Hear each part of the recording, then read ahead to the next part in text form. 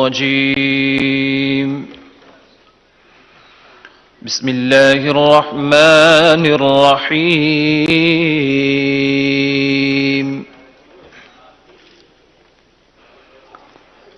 मा यफ्तहिल्लाहु लिन्नासि मिर रहमतिन फला मुमसिक लहा वमा युमसिक फला मुरसिल लहु मिन बअदिही वहुवल अज़ीज़ुल हकीम। या अय्युहन नासु उज़्कुरू निअमतल्लाहि अलैकुम हल मिन खालिकिन गैरुल्लाहि यरज़ुक़ुकुम मिनस समाई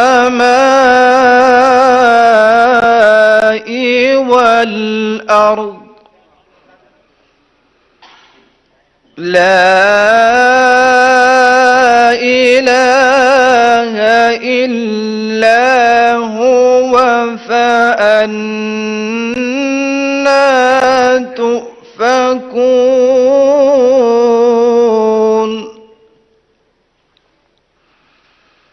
वइन युकज़्ज़िबूक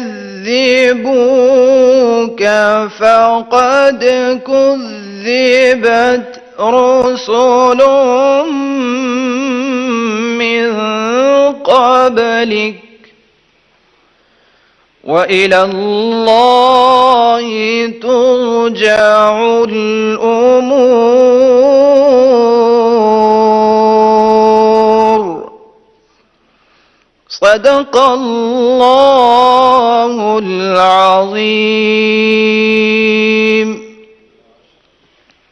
सूरह फातिर की आयात बय्यिनात तिलावत की हैं, जिनका तर्जुमा ये है, अल्लाह इंसानों के लिए जो रहमत का दरवाज़ा खोल दे तो कोई उसको बंद करने वाला नहीं, और जो बंद कर दे तो उसके बाद कोई उसको खोलने वाला नहीं है, और वो गालिब हिकमत वाला है। लोगो, अल्लाह के जो तुम पर एहसानात हैं उनको याद करो। क्या अल्लाह के सिवा कोई और खालिक और राज़िक है जो तुमको आसमान और ज़मीन से रिज़्क़ दे? उसके सिवा कोई माबूद नहीं, बस तुम कहाँ बहके फिरते हो? और ए पैगंबर सल्लल्लाहु अलैहि वसल्लम, अगर ये लोग तुमको झुटलाएं तो तुमसे पहले भी पैगंबर झुटलाए गए हैं, और सब काम अल्लाह ही की तरफ लौटाए जाएंगे। वमा अलैना इल्लल बलागुल मुबीन। हदीस नबवी सल्लल्लाहु अलैहि वसल्लम अन अनस रज़ियल्लाहु अन्हु अन्न रसूलल्लाह सल्लल्लाहु अलैहि वसल्लम क़ाल मन अहब्ब अन युबसत लहू फी रिज़्क़िही व युनसअ लहू फी अथरिही फलयसिल रहिमहू औ कमा क़ाल अलैहिस्सलातु वस्सलाम। हज़रत अनस रज़ियल्लाहु तआला अन्हु से रिवायत है कि रसूल करीम ख़ातमुन नबिय्यीन सल्लल्लाहु अलैहि वसल्लम ने इरशाद फरमाया, जिसे पसंद हो कि उसकी रोज़ी में फ़राखी की जाए और उसकी उम्र में तरक्की दी जाए तो चाहिए कि सिला रहमी करे। व आखिरु दाअवाना अनिल हम्दुलिल्लाहि रब्बिल आलमीन।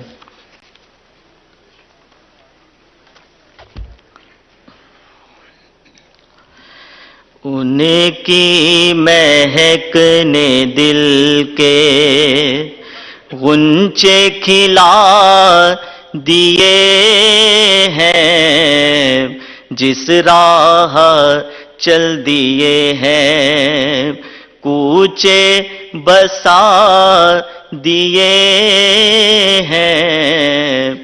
उनकी महक ने दिल के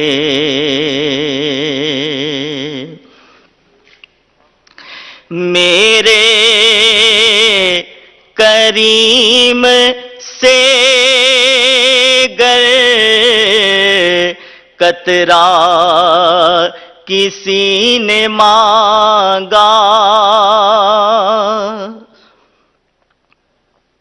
मेरे करीम से गर कतरा किसी ने मांगा, दरिया बहा दिए हैं, दुर्बे बहा दिए हैं, दरिया बहा दिए हैं, दुर्बे बहा दिए हैं, उनकी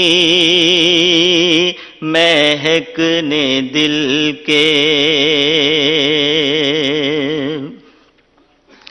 उनके निसार कोई कैसे ही रंज में हो,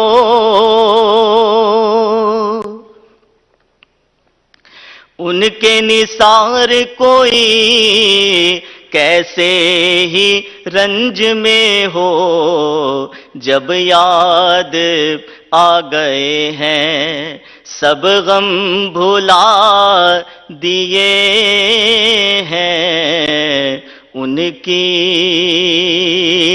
महक ने दिल के।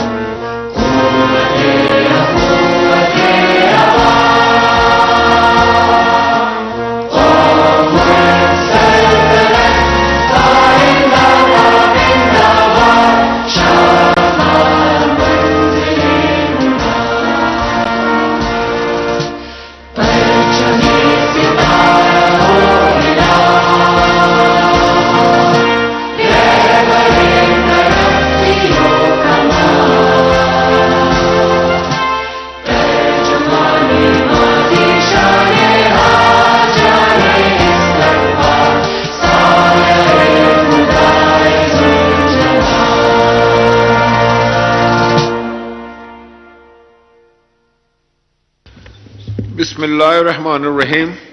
Leave applications.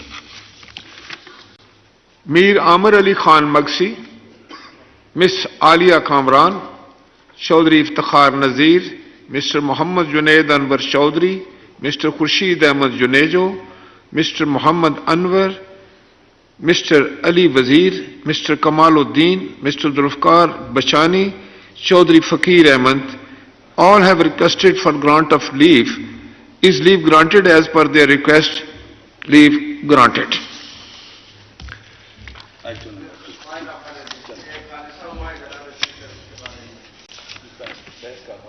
मैं आगाज करूं फिर जरा कुछ। जी जनाब मौलाना अब्दुल अकबर चतराली साहब।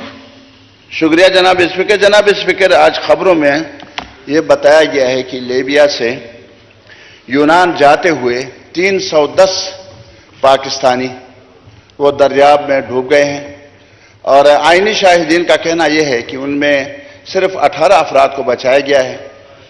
बात इसमें यह है, मुतालबा यह है कि यहां रिपोर्ट पेश की जाए कि उसमें वाकई 310 पाकिस्तानी हैं और ये भी रिपोर्ट आने चाहिए हाउस में कि ये इंसानी स्मगलर कौन हैं, उनके खिलाफ कार्रवाई क्यों नहीं होती, वजारत खारिजा क्यों इसमें अभी तक नाकाम है और अपने नाकामी का भी जवाब दे और पाकिस्तानियों के बारे में भी हमें यहाँ रिपोर्ट आने चाहिए। इस हाउस का हक है जनाब स्पीकर। इस तरह के वाक़यात जो हैं ये मुल्क के लिए इंतहाई नुकसानदेह हैं कि लोग यहाँ से स्मगलिंग के जरिए से जाते हैं और उनको ले जाया जाता है बाकायदा। ये हमारे एजेंसियां क्या कर रही हैं जनाब स्पीकर साहब? 25-26 एजेंसियां हैं। किस तरह पता नहीं चलता कि एक बंदा जो है लोगों से सैकड़ों बंदों से पैसे लेता है और उनको यानी पहाड़ी इलाकों से, दरियाओं से और बाहर अरब से गुजार के और लीबिया पहुंचाता है, लीबिया से फिर उनको यूनान की तरफ लेके जाता है। जनाब स्पीकर, ये बहुत बड़ा सवालिया निशान है। तो इस सिलसिले में एक तो यह है कि इसकी तहकीकात होनी चाहिए और अगर मुनासिब समझें तो दुआ के लिए भी आप इरशाद फरमाएं। मौलाना अब्दुल अकबर चित्राली साहब ने बड़े जो एक कंदोहनाक वाक़या जो कि हुआ है उसकी तरफ पूरे हाउस की तवज्जो मबजूल करवाई है। मैं समझता हूँ कि ये बड़ा भयानक काम है जिसमें कि गैर कानूनी तौर पर मासूम लोगों को बैरून मुल्क जो है वो ले जाने का झांसा देकर उनको ऐसे हालात से दो चार कर दिया जाता है।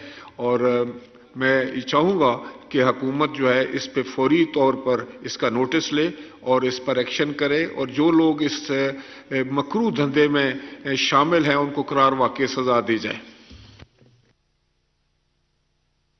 Item number 2, further general discussion on the budget for the year 2023-2024.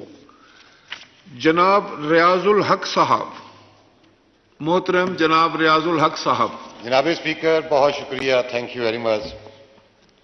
Murtaza बासी साहब, आपका भी बहुत शुक्रिया, आपने बड़ी शफ़क़त फरमाई।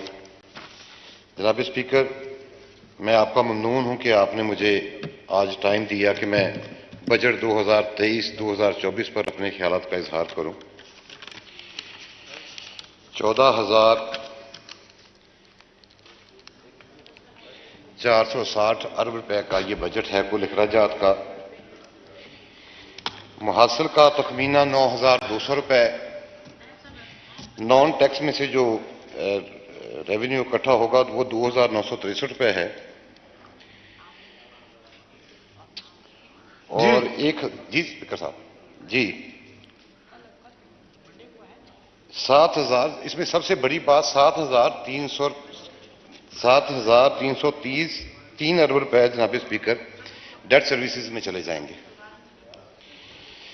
पीएसडीपी के लिए 1150 रुपए रखे गए हैं। मैं पीएसडीपी पर थोड़ी सी बात करना चाहूंगा जनाब स्पीकर।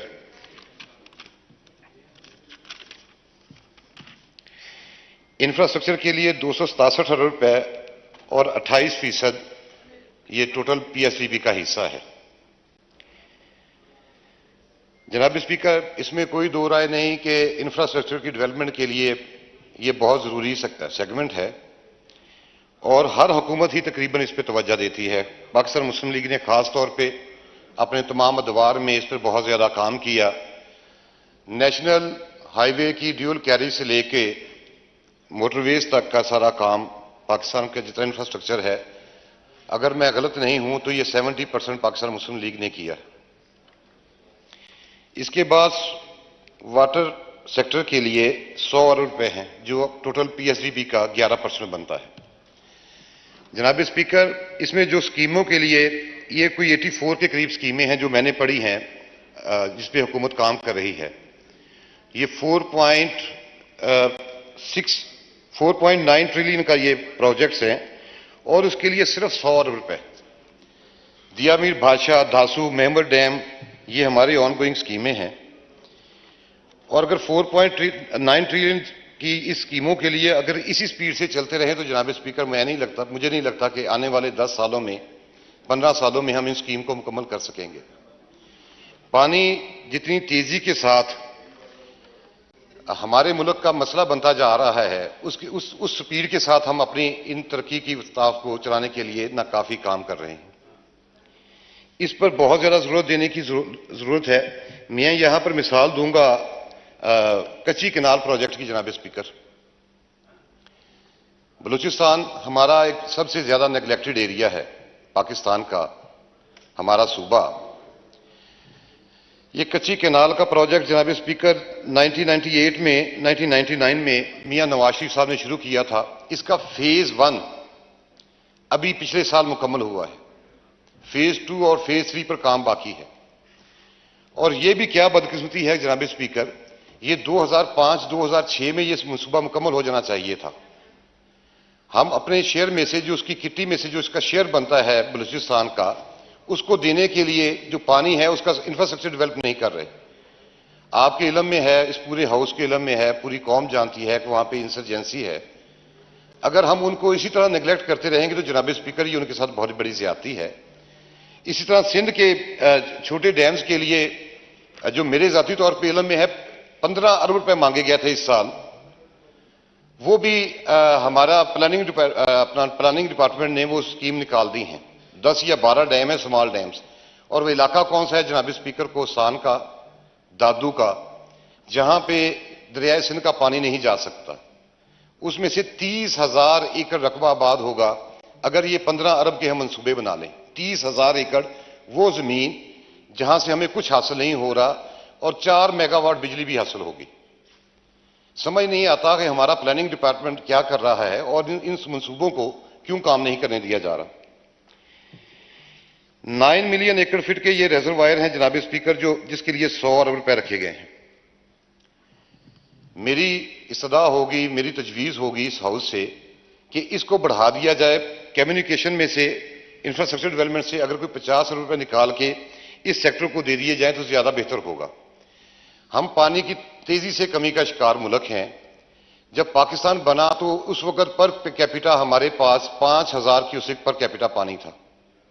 आज हमारे पास 670 क्यूसेक पर कैपिटा पानी है। 114 मिलियन एकड़ फीट के अपना अकॉर्ड किया है हमने, 91 अकॉर्ड, और जनाब स्पीकर उसकी हालत यह है कि उसका अकॉर्ड के मुताबिक नहीं चला जा रहा। हम आज भी 3 टियर फार्मूले पर काम कर रहे हैं। ये 9 मिलियन का जो प्रोजेक्ट है जनाब स्पीकर, 9 मिलियन एकड़ फीट का, तो ये मेरे जाती राय में ये ज्यादा से ज्यादा 2 से 3 सालों में, 4 सालों में इस पे हमें काम मुकम्मल कर लेना चाहिए। 2025 से आगे ये स्कीमें नहीं जानी चाहिए। और दूसरी बात जनाब स्पीकर, तवानाई का बहरान इस मुल्क का सबसे बड़ा मसला है। 2013 में इस मुल्क में 20-20 घंटे की लोड शेडिंग थी। उस वक्त की गवर्नमेंट ने, पाकिस्तान मुस्लिम लीग की गवर्नमेंट ने 4 सालों में कोई 12,000 मेगावाट बिजली के कारखाने लगाए, जो कि शॉर्ट टर्म पॉलिसी थी। इसके बाद मिड टर्म पॉलिसी और लॉन्ग टर्म पॉलिसी का आना बाकी था। हालात ये हैं जनाब स्पीकर कि पिछले 4 सालों में इस पर दोबारा फिर भी कोई काम नहीं किया गया। अब इस मरतबा सूरत हाल ये है, अभी गर्मी प्रॉपर आई नहीं, बारिशें हो रही हैं, उसके बावजूद 8-8, 10-10 घंटों की शहरों में लोड शेडिंग है। देहातों में तो इससे भी बहुत ज्यादा बुरा हाल है। अगर आप ट्यूबवेल चलाना चाहें तो दिन के वक्त आप ट्यूबवेल नहीं चला पाते अपनी इरिगेशन डिपार्टमेंट, अपना इरिगेशन करने के लिए। जनाब स्पीकर, इसके बाद हमारा जो ब्लीडिंग है जनाब स्पीकर, पावर सेक्टर की 1800 अरब रुपए है। इस साल की 1800 अरब रुपए की ब्लीडिंग है। टीआईए, रेलवे, स्टील मिल और दूसरे मिला के टोटल 2600 अरब रुपए बनती है। अगर हम ये 9,200 अरब रुपए इकट्ठे कर भी लें तो 2600 अरब रुपए की ये ब्लीडिंग है जनाब स्पीकर। ये आपकी टोटल टैक्स कलेक्शन का 29.15% बनती है।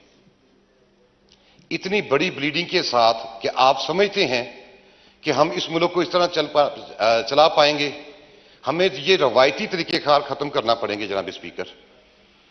ये रवायती तरीकों से अब ये मुल्क आगे चलने वाला नहीं है, गैर रवायती तरीके आपको अपनाना पड़ेंगे।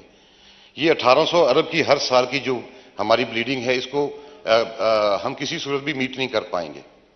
यही अगर 2600 अरब रुपए हमें मैसर हों जनाब स्पीकर, हम 25,000 मेगावाट के छोटे और बड़े डैम बना सकते हैं सिर्फ 5 सालों के अंदर अंदर।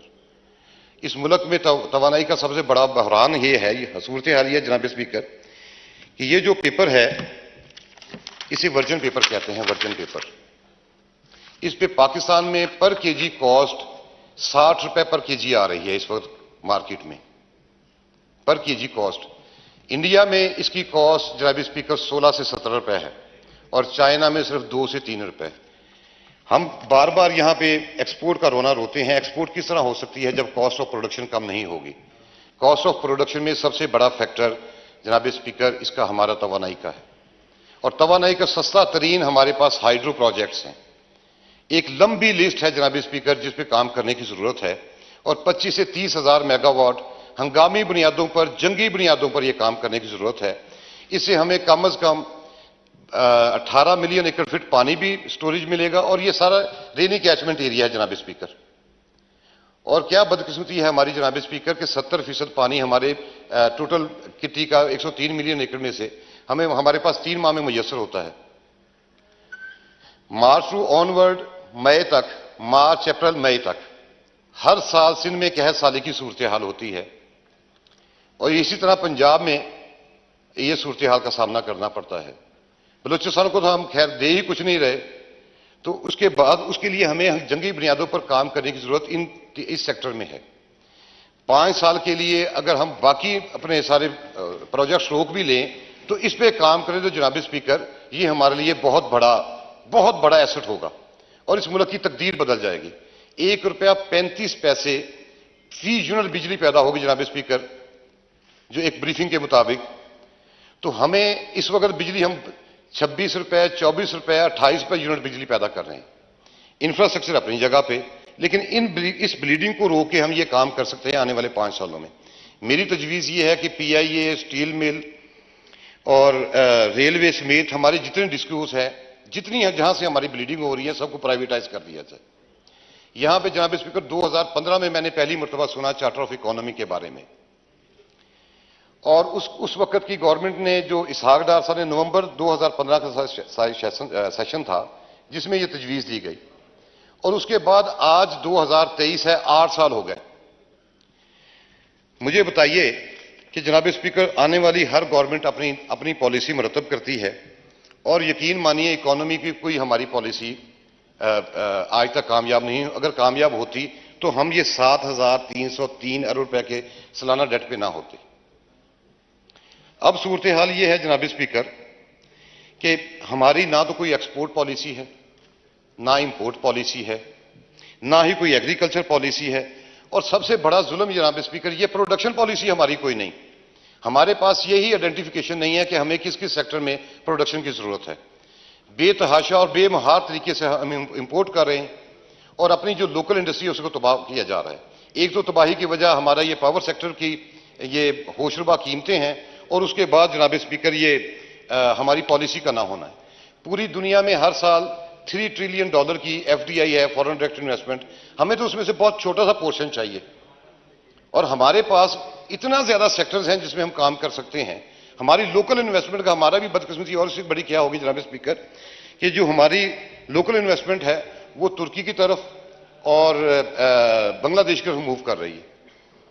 हमारा पिछले 30 सालों में टेक्सटाइल सेक्टर करके हम एक्सपोर्ट का बना रहे हैं। टेक्सटाइल सेक्टर इससे ज्यादा एक्सपोर्ट नहीं कर सकता, और जितनी फीडिंग हमने एक्सपोर्ट के लिए टेक्सटाइल सेक्टर को की है, इससे आधी किसी दूसरे सेक्टर में की होती जनाब स्पीकर, सिर्फ इसमें की होती हमने तवानाई के लिए, तो जनाब स्पीकर ये हमारा मुआशी हालात ये ना होते।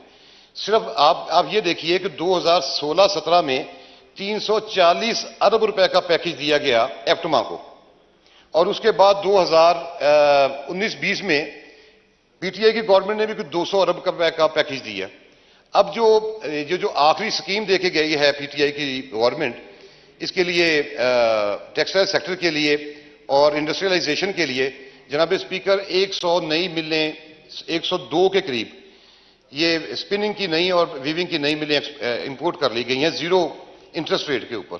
ये इस मुल्क के साथ बहुत भयानक मजाक है जनाब स्पीकर। आपकी एग्जिस्टिंग जो इंडस्ट्री है उसके लिए तो रॉ मटेरियल अवेलेबल नहीं है, आप बाहर से इंपोर्ट कर रहे हैं। कॉटन की यहां पैदावार जनाब स्पीकर पहले 1,45 लाख बेल थी 2016 में, और लास्ट ईयर इसकी बेल थी 2019-20-21 में। किसी साल भी हम 7 मिलियन से ज्यादा 70 लाख, 65 लाख, 80 लाख से ज्यादा बढ़ नहीं सके। ये हमारी एग्रीकल्चर पॉलिसी है। इसी तरह जनाब स्पीकर, अच्छा जनाब स्पीकर, मैं इसमें एक थोड़ा सा जिक्र करना चाहूंगा कि 1999 तक 2000 तक हमारा करंट अकाउंट डेफिसिट ना होने के बराबर था, हम ब्रेक इवन पे थे। उस वक्त 80s और 90s में गो हमारी पीपल्स पार्टी और मुस्लिम लीग की आपस में कशमकश की वजह से 2-2 ढाई साल की हुकूमतें रहीं, लेकिन मुआशी सूरत हाल इस हद तक खराब ना हो सकी। उसकी एक सबसे बड़ी वजह यह थी कि ये दोनों हुकूमतें प्रोडक्शन को इनकरेज करती रहीं। अनफॉर्चुनेटली 2001 में जब परवेज मुशर्रफ साहब तशरीफ लाए तो 7, 8 साल, 10 साल तक उन्होंने इसकी हमारी जो प्रोडक्शन पॉलिसी थी इसको बुरी तरह तबाह बर्बाद किया और ट्रेड पॉलिसी को इस मुल्क में एक नया परवान चढ़ाया, और जिसकी वजह से हमारी लोकल इंडस्ट्री बंद होना शुरू हो गई और इंपोर्ट को इस मुल्क में एक नया ट्रेंड मुताबिक करवा दिया गया जो आज तक चल रहा है। ये 2004 में जनाब स्पीकर आप देखें तो हमारा करंट अकाउंट डेफिसिट 2004 में 4 बिलियन या 5 बिलियन था और आज ये 70 बिलियन तक चला गया है। अगर उसी वक्त इसको रोक लिया जाता और इस पर हम अपने सेक्टर्स को आइडेंटिफाई करने के बाद प्रोडक्शन पॉलिसी को अपना लेते तो ये इस हद तक ना पहुंचते। आज भी हम कर सकते हैं, 5 से 7 साल लगेंगे मैक्सिमम, लेकिन उसके लिए हमें गैर रवायती तरीके अपनाना पड़ेंगे जनाब स्पीकर। गैर रवायती तरीकों में सबसे पहले ये बड़े फैसले करने की जरूरत है जनाब स्पीकर। ये जो ब्लीडिंग है इसको रोकने की जरूरत है, तवानाई की पॉलिसी बनाने की जरूरत है। ग्रीन एनर्जी का एक अच्छा प्रोजेक्ट है। इसकी तजवीज़ ये है जनाब स्पीकर, 10 मरले के मकान से ऊपर जो भी मकान बने उसको लाजमी कर दिया जाए कि उस वक्त तक उसका नक्शा पास ना हो जब तक वहां पे ये ग्रीन एनर्जी का प्रोजेक्ट ना लगे हर घर के ऊपर, और हर 5 मरला तक के घर के लिए हुकूमत को ये फैसिलिटी देनी चाहिए गरीब लोगों को, ताकि हम जो हमारी लोकल कंजम्पशन है उसको साथ साथ मीट करते रहें। इंडस्ट्री के लिए हमें आने वाले 1-2 सालों में अगर हमने कोई बहुत ज्यादा जंगी बुनियादों पर काम ना किया तो जनाब स्पीकर मैं आपको ये आज बता रहा हूं, इस मुल्क में इंडस्ट्री 1 से 2 सालों बाद सर्वाइव करना उसके लिए मुमकिन नहीं रहेगा। आखिर में जनाब स्पीकर 1-2 बातें मैं अपने हलके के हवाले से करना चाहूंगा। ये एक स्कीम है जनाब स्पीकर, कम्युनिकेशन में 119 जनाब स्पीकर, ये 2017-18 में भी रिफ्लेक्ट की गई थी। अब भी इस पे लिए हमने एहसन इकबाल साहब से और प्राइम मिनिस्टर साहब से रिक्वेस्ट की थी कि इसके लिए कोई थोड़े सी फंडिंग लाजमी रखें। ये इसका स्कीम हमारी पूरी एक डिवीजन को मोटरवे से लिंक करती है। इसके लिए ये DDWP 6 जून को हो चुकी है जनाब स्पीकर। ये रिक्वेस्ट ये है कि इसके लिए फंड्स एलोकेट किए जाएं और फौरी तौर पे इस पर काम शुरू करवाया जाए। आपका आखिर में शुक्रिया अदा करते हुए एक मरतबा फिर जनाब स्पीकर आपने मुझे टाइम दिया, आपका बहुत शुक्रिया। Thank you. मोहतरमा शगुफ्ता जमानी साहिबा। बिस्मिल्लाहिर्रहमानिर्रहीम। बहुत शुक्रिया जनाब स्पीकर कि आज आपने बजट 2023-24 जो पेश किया गया था उस पर कुछ बोलने के लिए आपने मुझे इजाज़त दी। जनाब वाला, बजट का मौका है और जिन हालात में ये बजट पेश किया गया है तो इस पे तमाम उमूर पे बात हो सकती है। हालात पाकिस्तान के खराब हैं। क्यों खराब है? पाकिस्तान की मईशत ज़बून हाली का शिकार है। सवाल है कि क्यों ज़बून हाली का शिकार है? पाकिस्तान में सियासी दर्जा हरारत उरूज पर है। ये चूल्हा किसने जलाया है? पाकिस्तान की अवाम मुंतशिर है। किसने मुंतशिर किया है? ये वो सवाल हैं जो हर पाकिस्तानी के जहन में इस वक्त मौजूद है। ये जो हालात हैं, ये जो सवालात हैं, इनका जब तक जवाब नहीं आएगा तब तक पाकिस्तान मईशत और मुआशरत के हवाले से बेहतरी की तरफ नहीं जा सकता। क्यों? जनाबे वाला सवाल होता है कि क्यों? इस क्यों का जो सवाल है उसका जवाब यह है कि जब आपने जमहूरियत को एक गमले में लगा दिया, सियासत को गमले में लगा दिया, तो फिर इस तरह के हालात भी पैदा होंगे और इस तरह की आगें भी लगेंगी इस मुल्क में। हम कहते रहे कि जमीन में जमहूरियत को फलने फूलने दो। हम कहते रहे कि हकीकी, आईनी और सियासी जो जमातें हैं उनको पनपने दो। हम कहते रहे कि अवाम को, नौजवानों को आईन पढ़ाओ, सियासत पढ़ाओ, इखलाकियात पढ़ाओ, मुआशरत पढ़ाओ, मईशत पढ़ाओ, लेकिन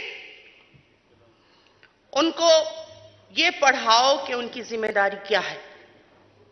लेकिन आप तो जमहूरियत के मुखालिफ दुश्मनी में इतना आगे बढ़ गए,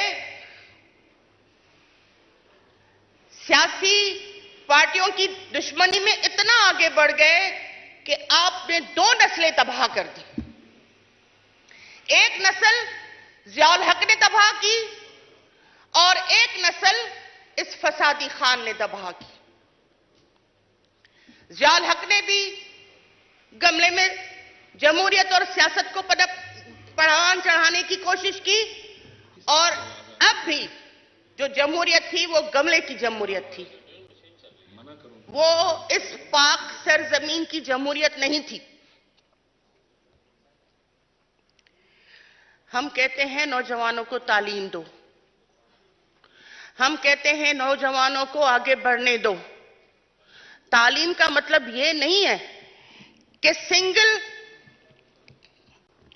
नेशनल करिकुलम की आप किताब छाप दो और वो पढ़ाओ। हम कहते हैं नौजवानों को वो तालीम दो जिसका मतलब है कि इखलाकियात पे तवज्जो दो, उनके क्या फराइज हैं, उनके क्या हुकूक हैं, उस पे तवज्जो दो, वो पढ़ाओ। उनको सियासत पढ़ाओ, उनके क्या हुकूक हैं वो पढ़ाओ, और ये पढ़ाओ कि जमहूरियत इस मुल्क के लिए क्यों जरूरी है। यहां मुताला पाकिस्तान में यह पढ़ाया गया कि आमरीत के 13 फायदे हैं और जमहूरियत के 9 फायदे हैं। तो जो 13 फायदों वाली आमरीत आपने पढ़ाई, उसका नतीजा आपने 9 मई को देख लिया। जब आप मुखालफत और सियासत में फर्क नहीं समझाएंगे नौजवानों को, तो इसी तरह की आगे लगेंगी। वो शख्स जो आज जूते खाने के बाद जमहूरियत उसको याद आ रही है, उसके लिए मैं एक शेर पढ़ूंगी कि ये वक्त किसकी रौनक पे खाक डाल गया, ये वक्त किसकी रौनक पे खाक डाल गया, ये कौन बोल रहा था नौजुबिल्लाह खुदा के लहजे में। आज 2 जूते खाने के बाद उसको जमहूरियत याद आई है। जो कल कहता था सदारती निजाम होना चाहिए, 10 साल के लिए होना चाहिए, टेक्नोक्रेट की हुकूमत होनी चाहिए, टैलेंट की हुकूमत होनी चाहिए, तो आपने टैलेंट देख लिया, आपने टैलेंट देख लिया। हम आपके शहीदों से मोहब्बत करते थे, हम आपके शहीदों के लिए 14 अगस्त 23 मार्च को अपने बच्चों को किताबों में पढ़ाते हैं, झंडे को सलामी सिखाते हैं, झंडे को सलाम करते हैं, लेकिन आप लोगों ने हमारे शहीदों को कभी नहीं माना। आपने कभी रज़ाक झरना को, आपने कभी मोहतरमा शहीद तो सारी कौम के होते हैं, सबके होते हैं। वो मैं जिस तरफ इसमें हमारे और उनके शहीद है, ये जरा तस्सीह कर लें। मैं जिस तरफ बात कर रही हूं आप समझ रहे होंगे। हमारे शहीदों को, चाहे वो रज़ाक झरना हो, अयाज सम्मू हो, इदरीस तोती हो, इनायत मसीह हो, नजीर अब्बासी हो, इनको कभी भी शहीद नहीं माना गया है। आप देख लें, हम शहीद जुल्फकार अली भुट्टो कहते हैं, बड़े बड़े मान से कहते हैं, क्योंकि बेहक नाहक जमहूरियत की राह में उसको फांसी चढ़ाई गई। हम शहीद मोहतरमा बेनजीर भुट्टो साहिबा कहते हैं, क्योंकि इन जमहूरियत की राहों में बेगुनाह बेदर्दी से कत्ल की गई। लेकिन क्या हमारे बच्चों को ये इन सिलेबस में पढ़ाया जाता है इन शहीदों के बारे में? बच्चों को पढ़ने दो, बच्चों को समझने दो, उनकी तालीम में इजाफा होगा, उनको शऊर आएगा, उनको आगे बढ़ने तो दो। उनको यह भी पढ़ने दो कि जमहूरियत और मुखालफत में, जमहूरियत और जदोजहद में क्या फर्क है। उनको जमहूरियत और जदोजहद का सबक पढ़ाने दो, तो फिर ना तो वो सड़कों पर आएंगे, ना वो इमारतों को आग लगाएंगे, ना वो मेट्रो को आग लगाएंगे, ना वो मुजस्समे तोड़ेंगे।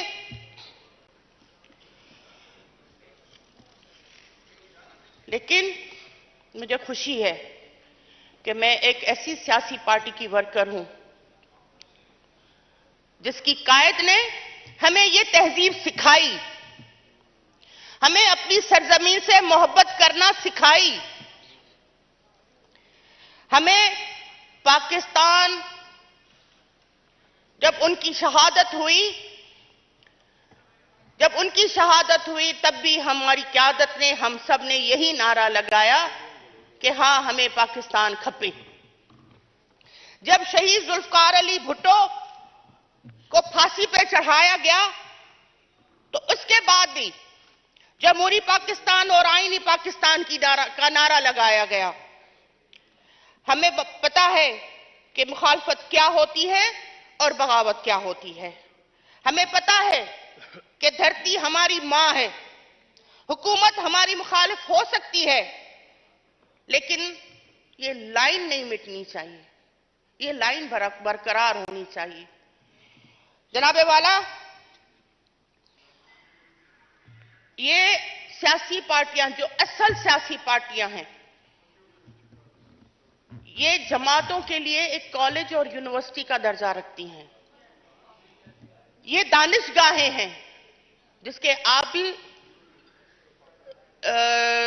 तालिब इल्म हैं, जिसकी मैं भी तालिब इल्म हूं, और हम उन हकीकी दरसगाहों के तालिब इल्म हैं, क्योंकि हमें पता है कि जो लाइन खिंची हुई है उस लाइन को क्रॉस नहीं करना है। यहां रेजोल्यूशन भी पास हुआ कि जी जो 9 मई के वाकयात में मुलविस है उनको सजाएं मिलनी चाहिए। बेशक मिलनी चाहिए, लेकिन जो सहूलतकार हैं उनको मिलनी चाहिए। जिन्होंने डायरेक्शन दी, जिन्होंने अवाम को, बच्चों को गुमराह किया कि आज नहीं तो कभी नहीं, आज नहीं तो कभी नहीं, जो उनको सिखाया गया वो उन्होंने किया, इसलिए कि उनके पास तो कोई दरसगाह है ही नहीं, कोई सियासी दरसगाह नहीं है, कोई मुआशी और मुआशरत सिखाने वाला नहीं था, कोई सियासी यूनिवर्सिटी नहीं थी। कल यहां पे मेरे लीडर आसिफ अली जरदारी ने खड़े होकर कहा था कि पीपुल्स पार्टी तो एक यूनिवर्सिटी है, एक दरसगाह है। उन्होंने सही कहा था। आप तो तांगे मांगे की हुकूमत है, तो तांगे मांगे की जो हुकूमत थी उसका हाल देख लें कि चूहे भी इतना जल्दी जहाज से नहीं भागते हैं जितना ये भानुमती का कुंभा टूट गया। ये भानुमती का कुंभा था ना जो कल यहां बैठा हुआ था, वो कैसे टूटा, कैसे तितर बितर हुआ, आपको भी पता है, मुझे भी पता है।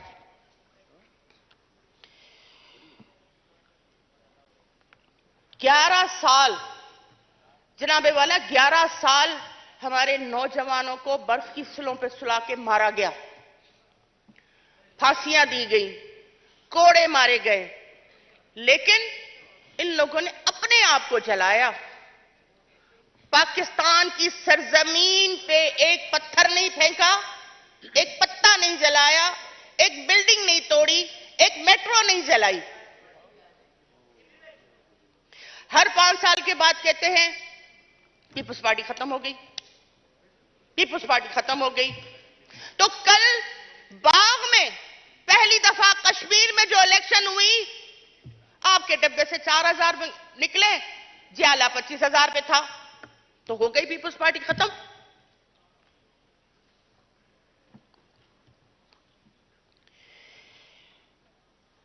ये जनाब वाला जो अवाम से फूटती हुई जमातें हैं ना,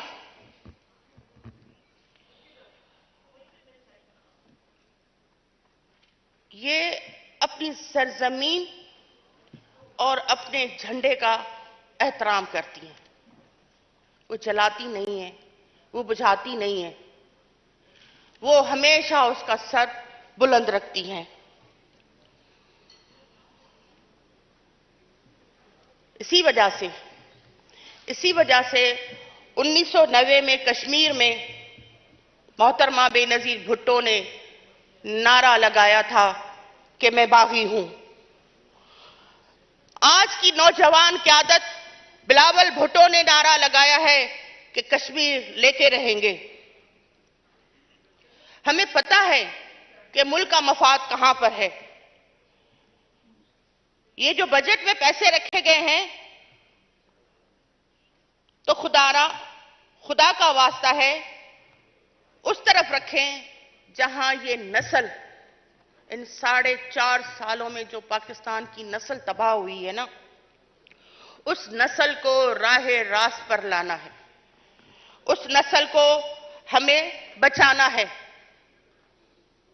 उस नस्ल के लिए इस बजट में कुछ होना चाहिए था ताकि उनकी दोबारा से तामीर हो सके। सर, ये चैनल्स जो हैं, 136 चैनल हैं, जो रोज शाम को बैठ के ये बात करते हैं कि जी पाकिस्तान डिफॉल्ट हो गया। 1.5 साल में तो नहीं हुआ। जब ये हुकूमत बन रही थी तो सबने ये क्या जरूरत थी, बाकी 1.5 साल तो था, चलने देते उनको। तो मैं तो आज इन अल्लाह के नामों के नीचे खड़े होकर रब्बुल आलमीन का शुक्र अदा करती हूं कि आई मुसीबत टली, ये 1.5 साल भी हमें मिल गया।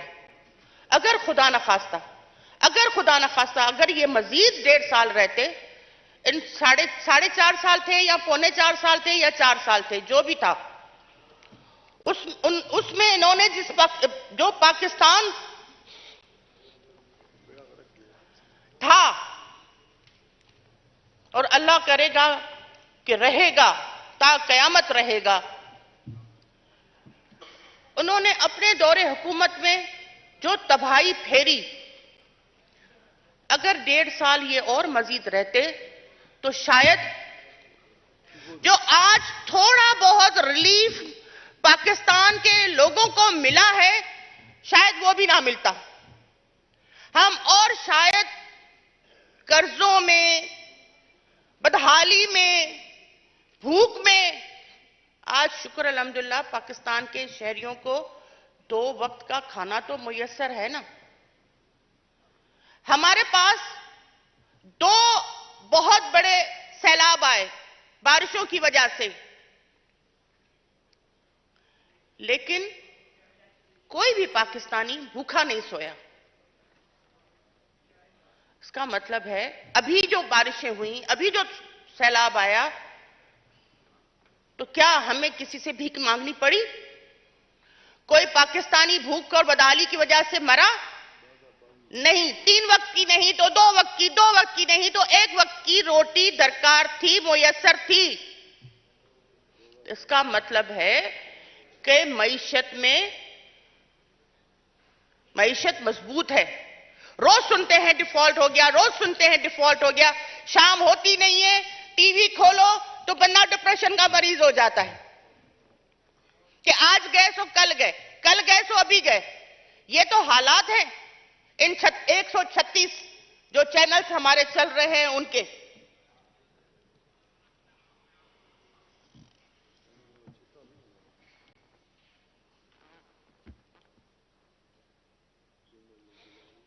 जनाबे वाला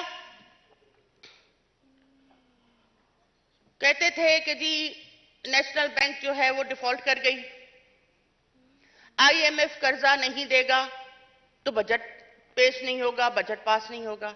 मैं उनको बताना चाहती हूं आपकी तवज्जो से कि ना तो नेशनल बैंक डिफॉल्ट हुआ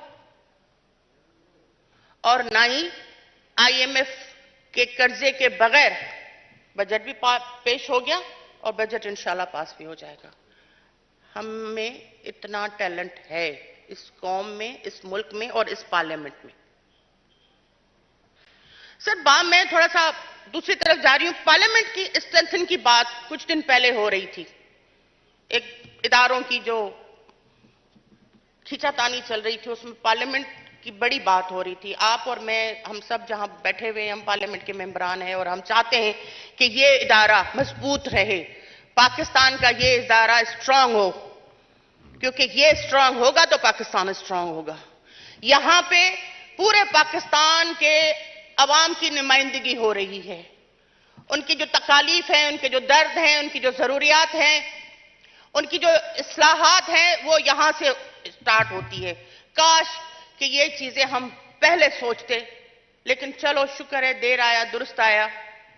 हमने इस पार्लियामेंट को एक वाहिद, आपकी और मेरी जो पार्टी है वो एक वाहिद पार्टी है जिसने इस पार्लियामेंट को स्ट्रांग करने के लिए अपनी जानों का नजराना दिया है, अपना खून दिया है।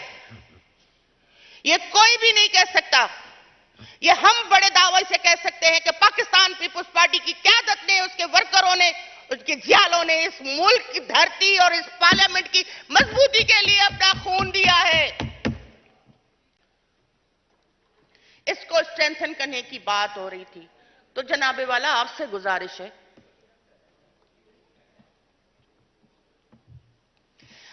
गुजारिश है, कि ये पार्लियामेंट तभी स्ट्रांग होगी, स्ट्रेंथन होगी जब आपके मेंबरान स्ट्रेंथन होंगे, आपके मेंबरान मजबूत होंगे। आप मेंबरान से तो पूछें कि उनके हालात क्या हैं, वो किस, यहां कोई भी नहीं बैठा हुआ एटीएम मशीन वाला, यहां एटीएम मशीन वाला कोई नहीं बैठा हुआ, यहां 55 रुपए वाला हेलीकॉप्टर वाला भी कोई नहीं बैठा हुआ। ये तो अल्लाह ने आपको इज्जत दी, आप प्राइम मिनिस्टर बन गए, पार्टी ने आपको इतना बड़ा रुतबा दिया, लेकिन अंदर का हाल आप जानते होंगे। तो इन पार्टी के इन मेंबरान को स्ट्रेंथन करें। अगर आज आपने इन मेंबरान को स्ट्रेंथन किया होता तो ये बेंचेस आज खाली नहीं होती। ये पार्लियामेंट, ये सिर्फ दीवारें, ये बेंचेस और ये कुर्सियां और ये माइक्स नहीं है। ये पार्लियामेंट आपकी इन मेंबरान से जो यहां आज मौजूद हैं, कलील क्या कहते हैं उसमें मिकदार में मौजूद हैं, लेकिन हैं मौजूद। लेकिन कल या आज अभी भी मौका है, इन मेंबरान को स्ट्रेंथन करें। सर बातें तो बहुत हैं, लेकिन मुझे पता है कि दायरा और मेंबरान को भी बात करनी होगी। सर हमारे यहाँ पूरी दुनिया का ये एक उसूल है कि शहर वहां आबाद होते हैं जहां पर, मतलब जहां पे आप खेती बाड़ी नहीं कर सकते हैं। इस मुल्क का सेटबैक ये है कि लास्ट दौर में खड़ी हुई फसलें, वो फसल, आम हमारे यहां अभी आम का मौसम है, सबको मिल रहे होंगे। आम का फसल ऐसा फसल है जो इंटरनेशनल उसको इंकरेजमेंट मिलती है, इंटरनेशनली उसको जाना जाता है, खास करके पाकिस्तान का और सिंध का आम। सर खड़ी की खड़ी फसलें तबाह कर दी गई, ये कहां का उसूल है? रियल एस्टेट एजेंसियां खोली गई। रियल एस्टेट एजेंसी, दिन के टाइम पे रियल एस्टेट एजेंसी का काम करते हैं, शाम को चैनल चलाते हैं, रात को हुकूमत चेंज करवाते हैं। तो सर ऐसे कल्प्रिट्स पे भी थोड़ी नजर होनी चाहिए, ऐसे कल्प्रिट्स पे भी नजर होनी चाहिए सर, जनाबे वाला। सर मैं अपनी तकरीर को शॉर्ट करते हुए सरकारी मुलाजिमीन पे बात करूंगी। सर, सरकारी मुलाजिम जो है वो आपका जो मुल्क का जो टारगेट है, जो हदफ है, उसको पूरा करता है।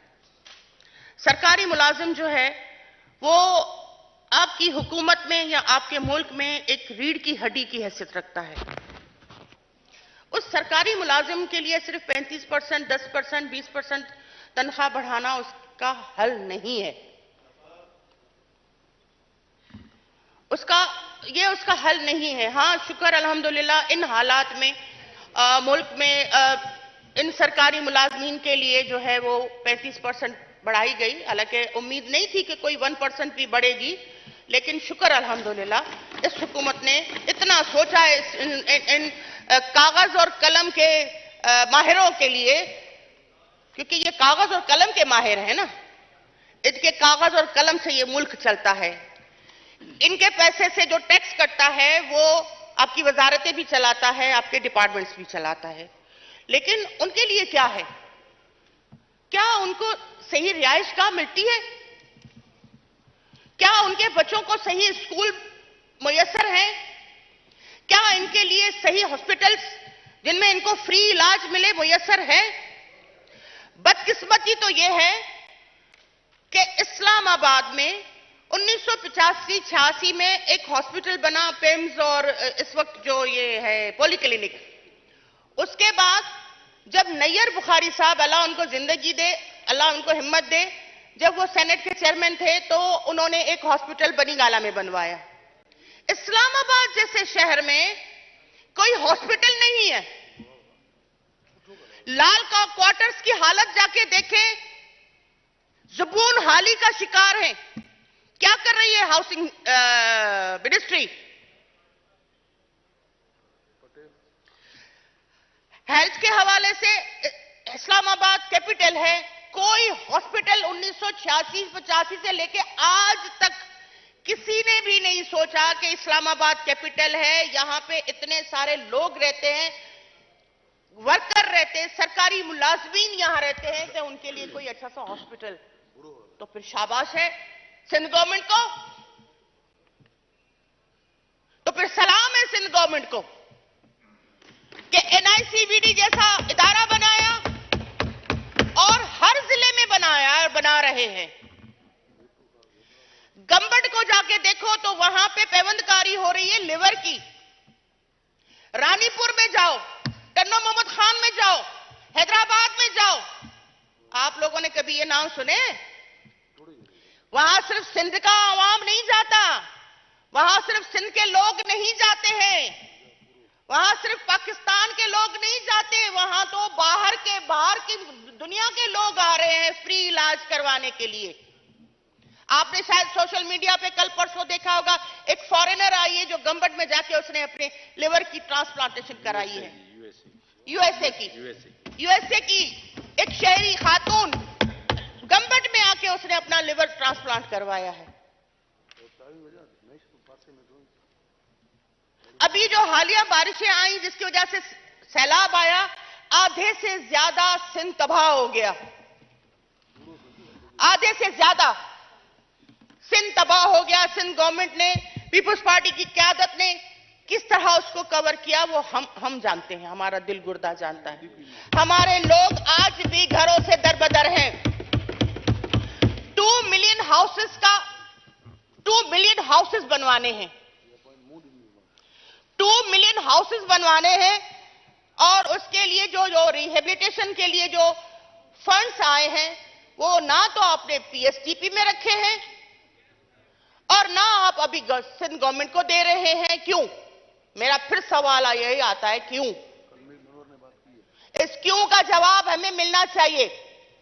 यह मेरा सवाल फेडरल गवर्नमेंट की तरफ है कि मुझे इसका जवाब मिलना चाहिए।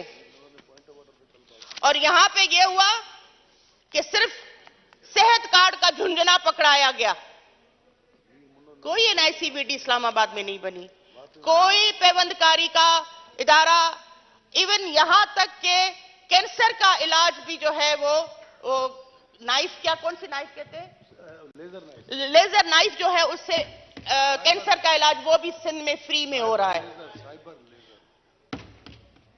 लेकिन यहां सिर्फ सेहत कार्ड का झुंझुना हाथ में लटकाया गया, अब ये सेहत कार्ड आप गले में डाल के घूमते रहो। तो मैं ये कह रही हूं कि ये सेहत कार्ड का जो झुंझुना है वो अपने पास रखें और वो पैसे आप यहां पे कोई अच्छा सा इदारा बनाएं जिसमें लोगों को फायदा हो। और हमारे जो इदारे चल रहे हैं वो फेडरल गवर्नमेंट नहीं चला रही, सिंध अपने बलबूते पे चला रही है। और पेशेंट से एक पैसा भी ना तो हम किसी से खाले ले रहे हैं। शौकत खानम खुद का शौकत खानम खाले भी ले रहे हैं, फितरा भी ले रहे हैं, ज़कात भी ले रहे हैं। लेकिन NICVD हो, साइबर नाइफ हो, बेवदकारी हो लिवर की, कोई भी हॉस्पिटल ना तो पेशेंट से 1 सिंगल पेनी ले रहा है और ना ज़कात ले रहा है, ना फितरा ले रहा है और ना ही खाले ले रहा है। तो कुछ सीखना चाहिए इन लोगों को। सरकारी मुलाजमीन के औलाद को अच्छी तालीम मिलनी चाहिए, उनका हक है। सरकारी मुलाजमीन के औलाद को सही सेहत मिलनी चाहिए, ये उनका हक है। उनको सही रोजगार मिलना चाहिए, ये उनका बुनियादी हक है। जनाब वाला, आपका बहुत शुक्रिया, आपने मुझे मौका दिया और इंशाअल्लाह ये पाकिस्तान कायम और दायम रहेगा इंशाअल्लाह। मेरे ख्याल में इस टेन्योर की ये हमारी आखिरी स्पीच है। इंशाअल्लाह फिर इलेक्शन होंगे, फिर आएंगे, फिर मिलेंगे, फिर सिंधी में कहते ही मेड़ो मचाए रखना। इंशाअल्लाह। Thank you. मोहतरम जनाब खुर्शीद अहमद यहीं से बोल दें, यहीं से। अच्छा ठीक। अच्छा, मोहतरम जनाब खुर्शीद अहमद शाह साहब कोई करारदाद पेश करना चाहते हैं। शुक्रिया सर स्पीकर। हम इस मौजूद ऐवान की तवज्जो आम अवामी फौरी नौयत के मसले की तरफ दिलाते हैं। अल्लाहु अकबर, अल्लाहु अकबर, अल्लाहु अकबर, अल्लाहु अकबर। अशहदु अन ला इलाहा इल्लल्लाह,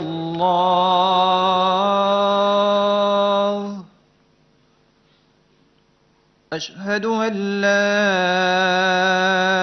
इलाहा इल्लल्लाह,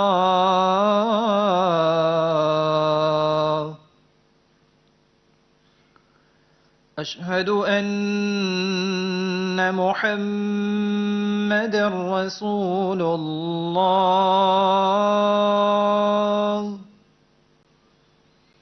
अशहदु अन्ना मुहम्मदर रसूलुल्लाह।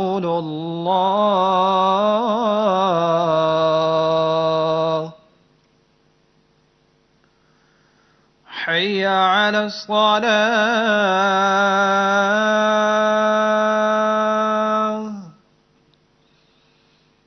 हय्या अला स्सलाह,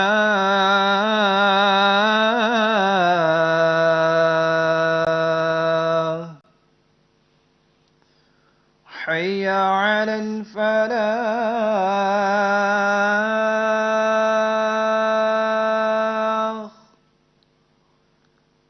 हय्या अलल फलाह।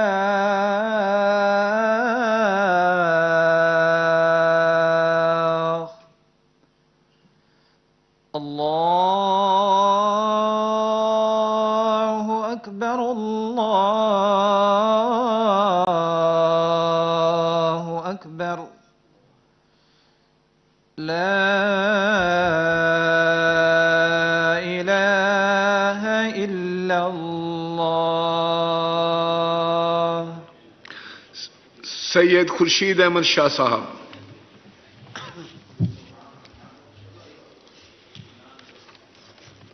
वफाकी हुकूमत की तरफ से पूरे पाकिस्तान में अवामी ज़रूरियात और अवाम के मुतालबे पर safe sustainable development goals achievement programme के तहत हर ज़िले को मुनासिब फंड जारी किए जाते हैं। मौजूदा माली साल 2022-23 भी तरक्याती कामों के लिए टेंडर तलब किए गए और काम शुरू करवाए गए, लेकिन ताहाल मुकम्मल नहीं किए जा सके। माजी में ऐसे कई मिसालें मौजूद हैं कि वफाकी तरह से जारी तरक्याती स्कीमों के फंड्स लैप्स होने के बाद नामुकम्मल रह जाती हैं, जो कि अवामी ख़जाने को नाकाबिल तलाफी नुकसान है। आवाम को भी शदीद परेशानी का सामना करना पड़ता है। माजी में भी मुख्तलिफ हुकूमत की तरफ से इसकी स्कीमों को मुकम्मल करने के लिए फंड्स PLA 3 और नॉन लैप्सेबल गवर्नमेंट के अकाउंट में मुंतकिल किया जाता रहा है। लिहाजा ऐवान वफाकी हुकूमत से मुतालबा करता है कि कम्युनिटी हेल्थ डेवलपमेंट फंड्स जो कम्युनिटी डेवलपमेंट तरक्याती स्कीमों के लिए जारी किए जाते हैं, उनको मौजूदा माली साल के अख्ताम पर PLA 3 non lapsable government accounts में मुंतकिल किया जाता है कर दिया जाए, ताकि तरक्याती स्कीमों की बर वक्त तकमील को यकीनी बनाया जा सके और अवामी ख़जाने को भारी नुकसान से बचाया जा सके। Thank you. शुक्रिया जनाब। खुर्शीद अहमद शाह साहब की जो करारदाद है उसका लबे लबाब यह है कि जो तरक्याती फंड जो हैं वो डिस्ट्रिक्ट लेवल पर जो एलोकेट होते हैं उनको ऐसे अकाउंट में रखा जाए जहां से वो लैप्स ना हो और तरक्याती स्कीमें जो हैं वो मुकम्मल हो जाएं, क्योंकि इससे हुकूमत के खजाने का नुकसान होता है। Now I put the resolution to the house. The question is that the resolution as moved be adopted. All those in favor of the resolution may say aye. All those against it may say no. I think the ayes have it, and consequently the resolution is adopted unanimously. Janab Dr. Nisar Ahmad Shima Sahab. बहुत शुक्रिया जनाब speaker. Budget session के औकात के पेश नज़र चूँकि कौमी असम्बली के स्टाफ मेंबरान को भी बहुत देर तक अपने फ़राइज़ की सरअंजाम दही के लिए यहाँ मौजूद रहना पड़ता है, इस वजह से इन तवील औकात के पेश नज़र ये बड़ी अच्छी रवायत रही है कि बजट सेशन के लिए असेंबली के स्टाफ मेंबरान के लिए ख़ुसूसी एजाज़िया उनको दिया जाता था। ये स्पेशल ऑनरेरियम देने की जो बहुत अच्छी रवायत थी, बदकिस्मती से माजी के कुछ सालों से ये तातुल का शिकार रही और यूँ होता रहा कि स्टाफ मेंबर्स जो हैं उनमें तखसीस और इम्तियाज़ बढ़ता जाता रहा। कुछ लोगों को ये ख़ुसूसी एजाज़िया मिलता रहा और कुछ इससे महरूम होते रहे। पिछले साल भी कुछ लोग इस ख़ुसूसी एजाज़िये से महरूम रहे। मेरी गुजारिश जनाब स्पीकर ये है कि इस दफ़ा इस बात को यकीनी बनाया जाए कि ये ख़ुसूसी एजाज़िया, ये स्पेशल ऑनरेरियम बिला तखसीस बिला इम्तियाज़ असम्बली के तमाम स्टाफ मेंबरान को मिले। और चूँकि ईद की आमद है, इसलिए इस बात को भी यकीनी बनाया जाए कि ये ख़ुसूसी एजाज़िया उनकी तनख्वाहों के साथ ईद से पहले उनको मिल जाए। दूसरी गुजारिश जनाब स्पीकर ये है कि पार्किंग के एरिए में हमारे ड्राइवर्स के लिए साए का कोई इंतज़ाम नहीं है। वो घंटों के हिसाब से मारे फिरते हैं और इस शदीद गर्मी में बड़ी मुश्किलात का शिकार रहते हैं। मेरी गुजारिश ये है कि आप मुतल्लिका हुकाम को हिदायत जारी फरमाएं कि ड्राइवर हजरात के लिए भी कोई सायादार जगह का इंतज़ाम किया जाए।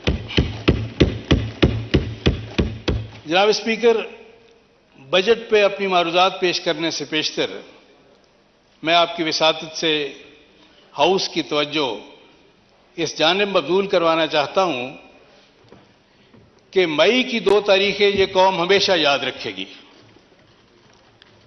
28 मई, जब आज से 25 साल पहले उस वक्त के वज़ीर आज़म मियां नवाज शरीफ ने अमरीकी सदर की तमाम तरगीबात को, अरबों डॉलर्स के लालच को और खतरनाक नताइज की धमकियों को नजरअंदाज करते हुए और उनकी परवाह न करते हुए पाकिस्तान को दुनिया की 7वीं और आलम इस्लाम की पहली एटमी ताकत बना दिया। वो दिन हमारे लिए यौम तकबीर भी है और यौम इफ्तिखार भी। उस दिन बिलाशुबा पूरी दुनिया में पाकिस्तानियों के सर फख्र से बुलंद हो गए। दूसरी तरफ जनाब स्पीकर, इसी महीने की एक और तारीख 9 मई वो स्याह दिन है जो हमारे लिए यौम निदामत है, जिस दिन पूरी दुनिया में पाकिस्तानियों के सर शर्म से झुक गए। उस रोज कौमी गैरत और हमीयत से आरी कुछ शरपसंद हमारी फख्र की अलामतों पर चढ़ दौड़े। उन्होंने 1965 के हमारे कौमी हीरो MM आलम के जहाज को नजर आतिश कर दिया। हमारे काबिल फख्र हीरो, हमारे शहीद कैप्टन कर्नल शेर खान निशान हैदर, जिसकी जुर्रत और बहादुरी का इतराफ दुश्मन भी करने पर मजबूर हुआ, उसके मुजस्मे को टुकड़े टुकड़े कर दिया। उन शरपसंदों ने लाहौर में कोर कमांडर हाउस, जो किसी जमाने में कायद आजम का घर था और उस निस्बत से आज भी उसका नाम जना हाउस है, उस जना हाउस को आग लगा दी। जनाब स्पीकर, ये किस तरह की ज़हनियत और किस तरह की तरबियत के हामिल लोग थे। बदकिस्मती से PTI का 4 साला दौर बदइंसामी, बदजुबानी और बदकलामी से इबारत रहा। नौजवानों को किस तरह के सबक उन्होंने पढ़ाए। ये सही है कि इन खिलाड़ियों और अनाड़ियों ने मईशत समेत हर शोबे को तबाही से दोचार किया। मैं कई बार सोचता हूं कि मईशत भी संभल जाएगी, गवर्नेंस भी बेहतर हो जाएगी, लेकिन अखलाकी कदरों की तबाही जो PTI क़यादत के हाथों हुई, उसका अदाला और मुदावा कैसे होगा। जनाब स्पीकर, इनकी बदकलामी और बदजुबानी के बारे में अगर पाकिस्तानी कौम में से किसी को कोई शक हो तो PTI की क़यादत पे कोई मामूली सी नुक्ताचीनी करके देखें और फिर उनको पता चलेगा कि PTI के वाबस्तगान उनके सोशल मीडिया में उनके गालम गलोच ब्रिगेड जो हैं किस तरह उन पर चढ़ दौड़ते हैं और किस तरह की बदजुबानी और गालियों से उनका वास्ता पड़ता है। 9 मई से पहले जो गालम गलोच बदजुबानी ये कौम बर्दाश्त करती रही, उसे देखकर तो शैतान खुश होता होगा कि ये काम तो मुझसे बेहतर ये लोग कर रहे हैं। और 9 मई को जो करतूत उनके पूरी दुनिया ने देखे, उनको देखकर हिंदुस्तान खुश होता होगा कि ये काम जो मैं ना कर सका, जो हमसे ना हो सके, इन नाम निहाद पाकिस्तानियों के हाथ हुआ। मैं PTI की क़यादत से पूछना चाहता हूं कि क्या उनका काम सिर्फ शैतान और हिंदुस्तान को खुश करना रह गया है। जनाब स्पीकर, ये किस तरह का रद्द अमल था। जनाब इमरान खान साहब के साथ तो एस्टैब्लिशमेंट के वो रवैये रहे जो लाडलों के साथ होते हैं। उसके मुकाबले में पीपल्स पार्टी की क़यादत और मुस्लिम लीग नून की क़यादत के साथ जो सलूक रवा रखा गया, वो तो नाकाबिल तसव्वुर है। जो मजालिम उन्होंने सहे, जनाब स्पीकर, हमारी तारीख गवाह है कि पाकिस्तान पीपल्स पार्टी के बानी चेयरमैन, पाकिस्तान के पहले मुंतखब वज़ीर आज़म जनाब जुल्फ़िकार अली भुट्टो को जनरल ज़िया-उल हक़ ने फांसी पर चढ़ा दिया। वो जुल्फ़िकार अली भुट्टो जिसने इस कौम को मुतफ़िका आइन दिया, वो जुल्फ़िकार अली भुट्टो जिसने पाकिस्तान में एटमी प्रोग्राम की बुनियाद रखी, वो जुल्फ़िकार अली भुट्टो जिसने कादियानियों को गैर मुस्लिम अक़लियत करार देकर यह दरीना मसला हल कर दिया, वो जुल्फ़िकार अली भुट्टो जिसने 71 की जंग के बाद इस नाउमीद और मायूस कौम में एक नया जज्बा और खुद एतमादी पैदा करने के लिए लाहौर में इस्लामी सरबराह कॉन्फ्रेंस मुनक़द करके पूरे आलम इस्लाम को पाकिस्तान की पुष्ट पे ला खड़ा किया, उस जुल्फकार अली भुट्टो को फांसी पे चढ़ा दिया गया। लेकिन पीपल्स पार्टी के कारकुनों ने, दुखी कारकुनों ने अपने आप को तो आग लगाई, लेकिन कौमी इमलाक को आग नहीं लगाई। फौजी तनसीबात पे हमले नहीं किए। मोहतरमा शहीद बेनजीर भुट्टो को जब बेदर्दी से शहीद कर दिया गया तो उस वक्त पूरी कौम के दिल दुखी थे। उन हालात में जब कौम में शदीद गम गुस्सा था, उन हालात में जनाब आसिफ अली जरदारी ने जब पाकिस्तान खपे का नारा लगाया तो उनकी गैर मामूली, उनके सब्र तहम्मुल की अक्कासी होती थी। इस नारे से उनकी गैर मामूली दूरअंदेशी की अक्कासी होती थी, और सबसे बढ़कर उनकी गैर मामूली हुब्बुल वतनी की अक्कासी हो रही थी इस नारे से। किसी ने पाकिस्तान की फौजी तनसीबात पे हमले पे ना उकसाया, ना पाकिस्तान पीपल्स पार्टी के किसी कारकुन ने ये हरकत की। मियां मोहम्मद नवाज शरीफ जो 3 दफा पाकिस्तान के वजीर आजम रहे, उनके साथ क्या सलूक होता रहा। नवाज शरीफ जिसने पाकिस्तान को एटमी ताकत बनाकर इसका दिफा नाकाबिल तस्खीर बना दिया, जिसने मुल्क में मोटरवेज के जाल बिछा दिए, जिसने मुल्क से बिजली की लोड शेडिंग और दहशतगर्दी का खात्मा किया, जिसने कौम को सी पैक का तोहफा दिया, बेशुमार बड़े बड़े प्रोजेक्ट शुरू भी किए और मुकम्मल भी किए, उस नवाज शरीफ को वजारत उज़्मा से भी हटाया गया।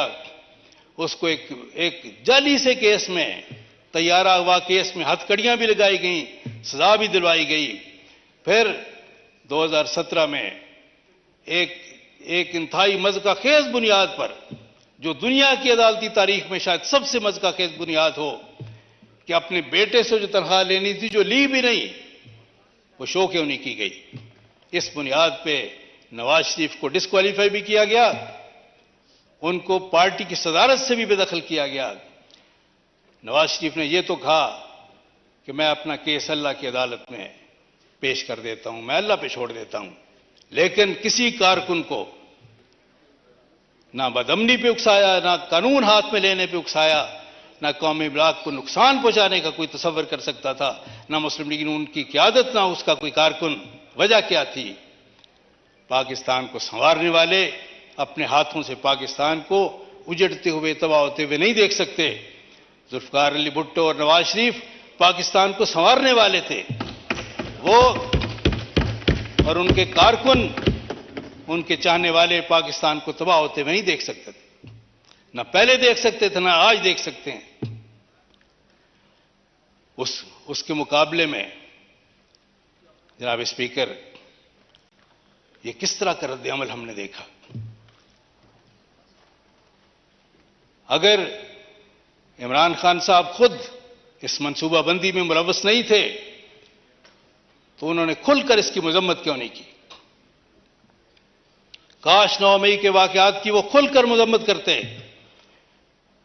काश इन मजमूम हरकतों में मुलव्वस अपने कारकुनों से लाताल्लुकी का इजहार करते, काश पीटीआई के शरपसंदों को अपनी पार्टी से निकालते, खारिज कर देते, काश उन्हें कैफरे किरदार तक पहुंचाने का खुद मुतालबा करते, लेकिन वो तो ऐसा भी ना कर सके। उन्होंने उस वक्त नीम दिली के साथ इस वाक़े की मजम्मत की जब पूरी कौम यकजुबान होकर उठ खड़ी हुई और पूरी कौम ने यह कहा कि हम अपने शहीदों की, अपने गाजियों की, अपने मुजाहिदों की, अपने मुहाफिजों की तौहीन बर्दाश्त नहीं करेंगे। जनाब स्पीकर, हम किसी पे ना मुल्क दुश्मनी के इल्जाम लगाते हैं, ना गद्दारी के इल्जाम लगाते हैं। ये सही है कि ना पीटीआई की सारी क़यादत दुश्मन, मुल्क दुश्मन है, ना गद्दार है, ना उसके सारे कारकुन गद्दार हैं। जो लोग, हां ये कौम का मुतालबा है कि जो लोग 9 मई के वाकयात में बराह रास्त मुलव्वस हैं उनको इबरतनाक सजाएं दी जाएं, और जो उसकी मजम्मत करते हैं, जो उस पर निदामत का इजहार करते हैं, जो उससे लाताल्लुकी का इजहार करते हैं, उन्हें अपना जमहूरी हक अदा करने की आज़ादी होनी चाहिए। जनाब स्पीकर, मैं दो तबकों का खास तौर पर जिक्र करना चाहूंगा। हमारे नौजवानों की बहुत बड़ी तादाद और ओवरसीज पाकिस्तानियों की बहुत बड़ी तादाद नाक़िस और गलत मालूमात की वजह से इमरान खान के सहर में मुब्तला हो गई। उनका इमरान खान के सहर में मुब्तला होना, जिस तरह मैंने कहा कि नाक़िस मालूमात की वजह से था, इसमें उनकी हुब्बुल वतनी पे उंगली उठाना बिल्कुल नाजायज और गलत है। उनके बड़े ख्वाब थे जो उन्होंने देखे, बड़ी उम्मीदें थी जो उन्होंने पाकिस्तान की बेहतरी के लिए इमरान खान से वाबस्ता की, वो सारी उम्मीदें खत्म हो गईं, टूट गईं, उनके ख्वाब चिकनाचूर हो गए। लेकिन जनाब स्पीकर, उनकी हुब्बुल वतनी पे उंगली उठाना गलत है। मैं जानता हूं कि बैरून मुल्क बसने वाले पाकिस्तानियों के दिल पाकिस्तान के साथ धड़कते हैं। वो इस वतन के लिए अपना जान माल हर चीज कुर्बान करने के लिए तैयार है। वो हमारे मोहसिन भी हैं। उनकी भेजी हुई तरसीलात हमारे लिए बहुत मुमिद्दो और मुआवन साबित होती हैं। हमारी मईशत को सहारा देने में उनका बड़ा रोल है, बड़ा किरदार है। इस वक्त उनके दिल टूटे हुए हैं। तालीफ कुलूब की जरूरत है, उन पे तंज करने की नहीं, उनके जख्मी दिलों पे मरहम रखने की जरूरत है, उनको गले से लगाने की जरूरत है। मैं फिर कहता हूं कि यहां इस ऐवान में बैठे हुए किसी भी शख्स से वो ज्यादा मुहिब वतन है, ज्यादा हो सकते हैं, कम नहीं। उनकी हुब्बुल वतनी जो है तमाम शक व शुबे से बालातर है। मुझे यकीन है कि उनकी मोहब्बत पाकिस्तान के नौजवान हो या ओवरसीज पाकिस्तानीज हों, खा वो मिडिल ईस्ट में रहने वाले ओवरसीज पाकिस्तानीज हैं या वो यूरोप, अमेरिका और कनाडा में रहने वाले पाकिस्तानीज हैं, उनके दिल पाकिस्तान के साथ धड़कते हैं। उनकी मोहब्बत किसी फर्द के साथ नहीं, इस वतन के साथ है। और बिल आखिर जनाब स्पीकर, वो मोहब्बत ही गालिबा कर रहेगी। जनाब स्पीकर, जहां तक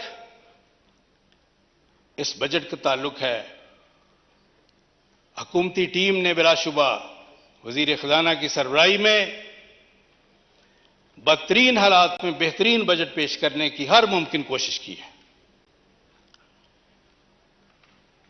तनख्वाहदार तबके की तनख्वाहों में जो इजाफा किया गया है बहुत काबिल तहसीन है। रिटायर्ड मुलाजमीन की पेंशन में जो इजाफा हुआ है बहुत काबिल तारीफ है। किसानों के लिए जो रिलीफ पैकेज दिया गया है उसकी भी तहसीन व तारीफ होनी चाहिए। एग्रो बेस्ड इकॉनमी को टैक्स में जो छूट दी गई है वो भी काबिल तारीफ है। कंबाइन हार्वेस्टर और इस तरह के दीगर जरी मशीनरी को जो टैक्स छूट दी गई है उसकी भी तारीफ होनी चाहिए। मैंने गुज़श्ता साल अपनी बजट तकरीर में हुकूमत से गुजारिश की थी, ये तजवीज़ पेश की थी, बाद में मुतलका हुकाम से मेरी बात भी होती रही। मेरी तजवीज़ ये थी कि काश्तकारों के तमाम ट्यूबवेल्स को सोलर सिस्टम पर मुंतकिल किया जाए और इसके लिए वही फार्मूला इख्तियार किया जाए, वज़ा किया जाए जो किसी ज़माने में खाल पक्के करने के लिए फार्मूला वज़ा किया गया था। और फार्मूला ये था कि 1/3 अखराजात काश्तकार बर्दाश्त करेगा और 2/3 हुकूमत बर्दाश्त करेगी। मैं शुक्रगुजार हूं हुकूमत का कि उन्होंने मेरी तजवीज़ मंजूर की और फैसला किया कि इस साल 50,000 ट्यूबवेल जो हैं उनको सोलर सिस्टम पे मुंतकिल किया जाएगा। और मेरी गुजारिश अब यह है कि उसके लिए एक वाज़ेह फार्मूला वज़ा कर दिया जाए और फार्मूला ये होना चाहिए कि 1/3 अखराजात काश्तकार बर्दाश्त करे, 1/3 वफाकी हुकूमत बर्दाश्त करे और 1/3 मुतलका सूबाई हुकूमत बर्दाश्त करे। जनाब स्पीकर, मैं कई बार गुजारिश कर चुका हूं कि हमारे वतन को अल्लाह ताला ने बेपनाह नेमतों से नवाजा। हमारा बासमती चावल दुनिया का बेहतरीन चावल है। हमारा आम और किन्नो दुनिया में बेमिसाल है। यही हाल आड़ू का है, बेशुमार और हमारे फल। चावल की और इन फलों की एक्सपोर्ट के लिए मुनासिब मनसूबाबंदी की ज़रूरत है। इसी तरह मिडिल ईस्ट में हमारी सब्जियां, हमारा फ्रूट, हमारा गोश्त जा सकता है और इसके लिए मुनासिब बंदोबस्त की और मुनासिब मनसूबाबंदी की ज़रूरत है।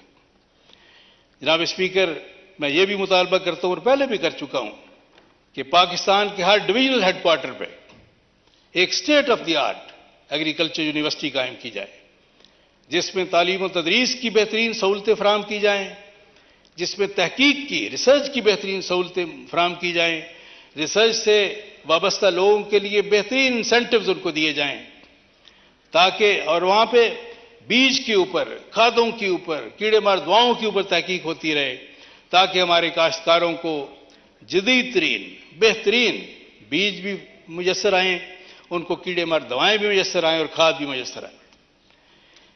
जनाब स्पीकर, मैं एक डॉक्टर होने के नाते, साबिक डीजी हेल्थ पंजाब होने के नाते मैं ये गुजारिश करना चाहूँगा कि दो चीज़ें हमारी कौम के लिए, हमारे आने वाली नस्लों के लिए इंतहाई नुकसानदेह हैं सेहत के हवाले से।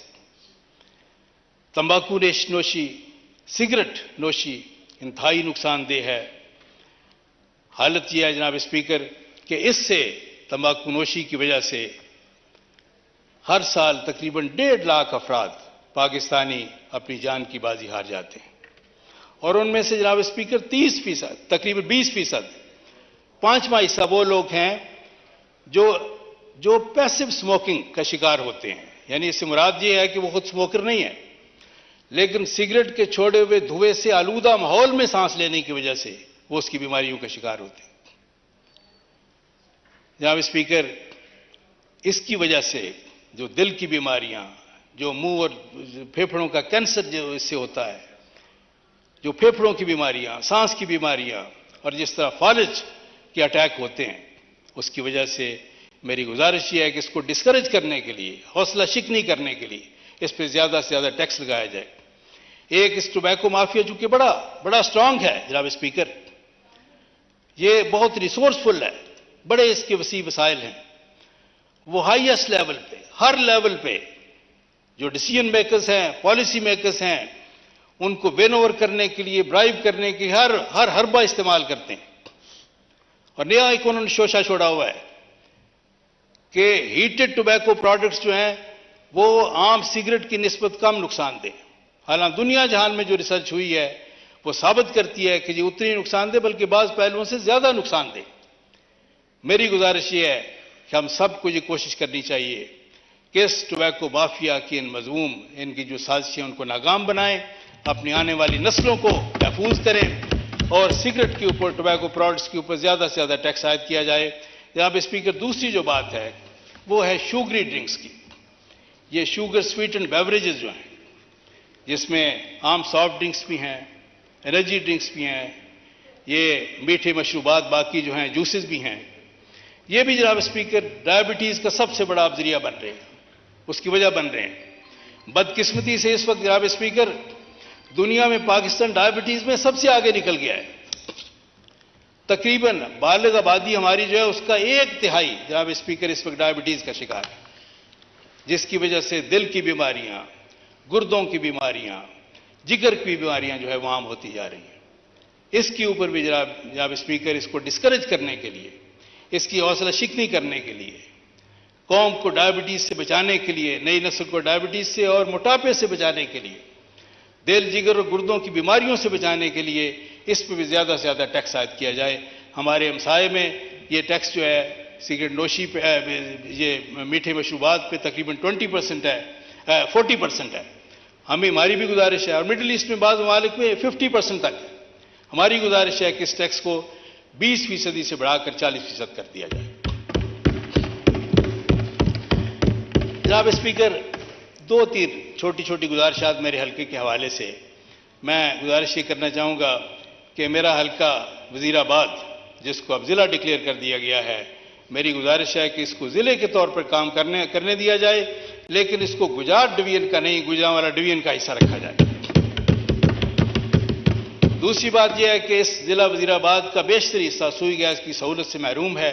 मेरी गुजारिश है कि सहूलत ये तरजीही बुनियादों पे वज़ीराबाद के देहात को फराहम की जाए। दूसरी गुजारिश जनाब स्पीकर ये है कि मेरे ज़िले की कई सड़कें जो बैनुल अज़लाई सड़कें हैं उनकी तामीर इसकी मरम्मत की ज़रूरत है। हमारी एक बड़ी सड़क वज़ीराबाद से कोठरा रास्ता रसूल नगर, मैंने वज़ीर आज़म साहब से भी गुजारिश की थी कि इसकी तामीर को फौरन मुकम्मल किया जाए और उसको 2 रोया डबल किया जाए। इसी तरह अलीपुर चट्ठा से गुजरावाला जाने वाली सड़क, वहाँ भी ये आए रोज़ हादसात होते हैं, सड़क की हालत बहुत ही खस्ता है, उसको भी असर नौ तामीर भी किया जाए और उसको डबल किया जाए, 2 रोया किया जाए। इसी तरह 2 सड़कें वज़ीराबाद से आलकोट रोड और वज़ीराबाद डस्का रोड जो है उसकी असर नौ तामीर जो है उसको जल्द अज जल्द मुकम्मल किया जाए। जनाब स्पीकर, GT रोड का हिस्सा जो गखड़ से गुजरता है इसके ऊपर तय हो चुका, मैंने ही मुतालबा किया था और मोहतरम वज़ीर मवासलात ने अज़राए करम मेरे मुतालबे को माना और ये फैसला किया गया कि वहाँ पे एक फ्लाईओवर तामीर किया जाए। उसकी फिजिबिलिटी रिपोर्ट बन चुकी है, लेकिन यह है कि वो काम बहुत सुस्त रवि का शिकार है। बराए करम ये डायरेक्शन इशू की जाए कि इसको जल्द अज जल्द मुकम्मल किया जाए। जनाब स्पीकर, आखिर में 2 गुजारिशात। एक गुजारिश ये है कि बैरून मुल्क पाकिस्तानी जो यूरोप में जाते हैं, हमारे जो लोग वहाँ रहते हैं, काम करते हैं, या हमारे लोग वैसे जो विजिट के लिए जाते हैं, उनको PIA की फ़्लाइट्स ना होने की वजह से शदीद तरीन मुश्किलात का सामना करना पड़ता है। हमारी PIA की जो फ़्लाइट्स जो थी ये यूरोप के लिए ये तो बहुत मुनाफा बख्श रूट था। पता नहीं ये रूट जो है क्यों दूसरी एयरलाइंस को दे दिया गया, क्या मसलतें थीं। इसकी वजह से हमारे जो लोग यूरोप जाते हैं, मुख्तलिफ उनकी डेस्टिनेशन मनाजिल होती हैं, उनको कई कई घंटे तक मिडल ईस्ट में मुख्तलिफ मुकामात पे रुकना पड़ता है, खार होते रहते हैं। वापसी पे भी इसी अमल से, तकलीफ दे अमल से गुजरना पड़ता है। मेरी गुजारिश ये है कि PIA अपने ये रूट, यूरोप के रूट वापस ले और इस पे PIA की फ़्लाइट्स चलें ताकि PIA को मुनाफा भी हो और पाकिस्तानी जो वहाँ जाने और आने वाले हैं वो भी ये है कि ये मुश्किलात से बच सकें, उनके लिए आसानी पैदा हो। और आखिरी गुजारिश जनाब स्पीकर ये है कि हमारी पाकिस्तानी कौम की एक मजलूम बेटी आज भी अमेरिका की कैद में कैद तन्हाई काट रही है। डॉक्टर आफिया सिद्दीकी